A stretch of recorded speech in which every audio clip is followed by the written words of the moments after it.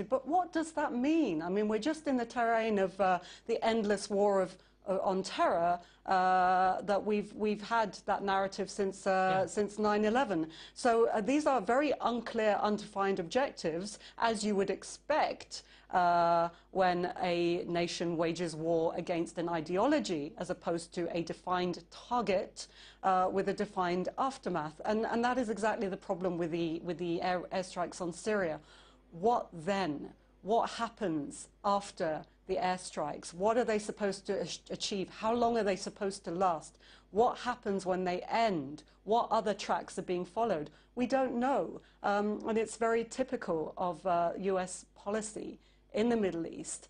This is exactly what happened in Afghanistan, exactly what happened in Iraq, waging war on nations, inflicting untold damage and destruction on these countries without any thought for what happens afterwards. Yeah, a good example is Libya also. Ivan Elan, it's interesting here because the U.S. is applying a massive military force, and it's not even against the state this time. It's against, well, we can separate it out with Syria and ISIS, but if we focus in on ISIS, it's just an organization, a self-proclaimed state. And the U.S. military, as vast and strong as it is, can't really penetrate it. It's been bombing Iraq for 6 weeks with no discernible outcome whatsoever. I mean, America can't even win wars anymore, but it can wage enormous violence.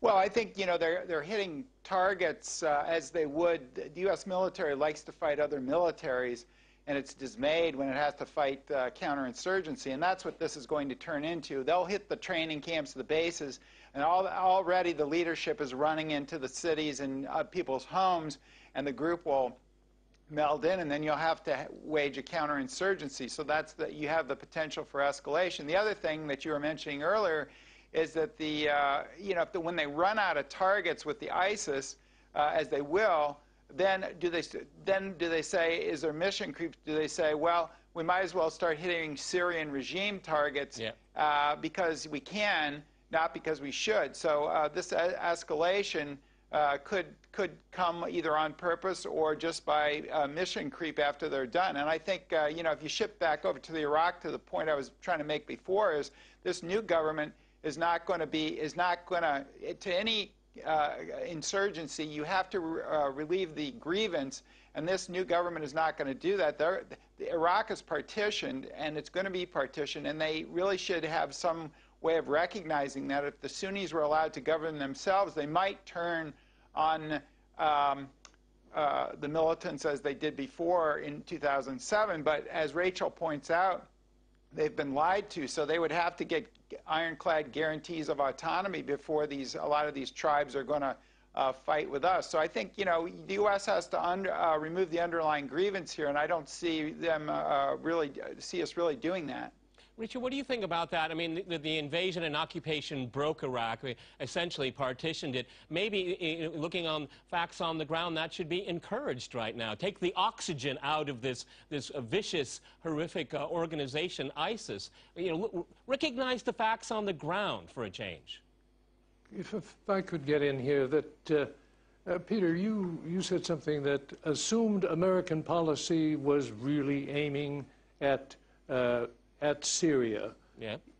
Just remember what the Iraqis have been saying, that the headquarters of ISIS has moved. I mean, it's really the targets are in Syria. And those were the targets that were hit over the last 24 hours. Now, they're not the greatest targets, but there were some headquarters, there were some convoys directly associated with ISIS.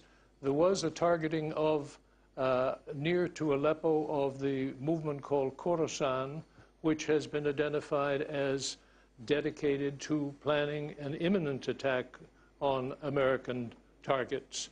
I don't know much about Khorasan, but that's been the statement out of Washington Richard, do you think that Washington and Damascus should be working together? This is a common foe. Everybody in the region hates these guys. Can the United States be mature for once in the region and just say, look, we have to get rid of this because it's a plague on all of us? But I don't see that kind of maturity. At best, Washington is going to work in parallel with Russia, with Iran, with Damascus. I don't see any possibility of a direct handshake, embrace between the Assad regime and Washington at this point in time. What is going on has been efforts for the last several months to develop a general truce between the regime and the rebel fighters. Now, you've got some 1,500 separate rebel factions. It's been an incredibly difficult job to try to bring them together, and it hasn't succeeded yet. But the goal, I think our goal is pretty clear. Get them together. They can keep their differences with the Assad regime. Those are on the table. But recognize there is an enemy to be dealt with, which is ISIS. And don't get distracted. Settle that, and then work out politically what was a target of all of the efforts at Geneva, which failed. Yeah, which the United States didn't really put much effort into whatsoever, because Assad showed up and his people were there, but the U.S. and its allies couldn't get its people, its so-called moderates on the ground together. They showed up ready to do nothing. Yeah, well, okay, they came out. They didn't look for a handshake. They want peace. Rachel, if I can go to you, you know. Richard says he doesn't expect a handshake. I don't either, okay? But maybe they could stop funding these people and start exporting violence to Syria and let Syria, you know, go back to Geneva. But no, they won't. They're violating Syria's sovereignty against international law, and even threatened them if they to try to defend themselves, they would be punished militarily. I mean, what kind of partnership is that? It's a very bad one, and it sets a terrible tone and a terrible message. I mean, the U.S. talks about the need for diplomacy, but it doesn't act in a diplomatic way. Already, these airstrikes, they don't even have Congress approval, much less anything wider. It's been a completely unilateral decision, albeit, you know, fig-leafed by GCC countries who have come in to support, but there's no international consensus over this. And so, you know, how can you talk about diplomacy when you then exclude nations in this way? And certainly there is, as you say, a massive opportunity here to actually join forces and unite and defeat this kind of common enemy, a rare opportunity. For the first time in such a long time, the US and Iran are on the same page. They have the same interests, so you would think it would be a good time to talk to each other. Likewise with Russia. I mean, Russia already proved that it can act diplomatically for good in Syria by being part of the de-escalation of chemical weapons in Syria. If you remember, that was the deal brokered last year. So it already has shown capacity and willing to do it. If anybody is showing a reluctance to negotiate at the moment, you have to say it's the U.S. You know, Ivan, in Washington, I have this suspicion, you know, and we do programs on the Middle East all of the time, and I just have this feeling that there are elements in Washington that just simply want nonstop violence and chaos in the region because it's easier to manipulate the parties on the ground, divide and rule.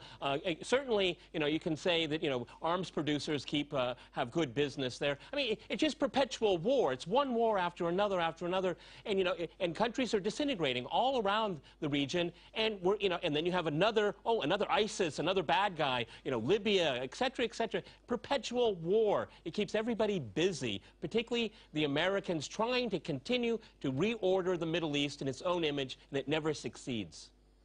Well, I think you're right. Eisenhower's nightmare of a military-industrial complex is in the background here. I think there's also heavy amounts of just inertia. We've been such a interventionist superpower since World War II, which is, of course, not the traditional U.S. foreign policy up until then. So I think all the policymakers say, well, oh, we have this group, what's the U.S. going to do about it? And the rest of the world says, what are you going to do about it, if not above the table, under the table, saying, you know, take care of this for us.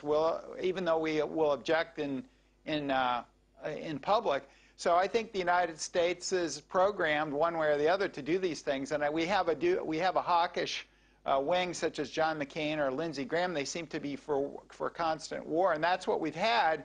And I think you know, it's eroding our own Constitution, as Rachel points out, because we haven't had a vote in Congress because they preferred to not to get reelected instead of take on the most important issue that you can take on for a government.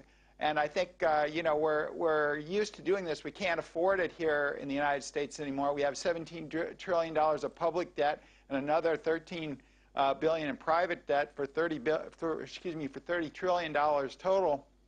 So, you know, we've got to stop this pattern. We've got to stop this pattern. We're going to end on that note. We've run out of time. Many thanks to my guests in New York, London, and in Washington. And thanks to our viewers for watching us here at RT. See you next time.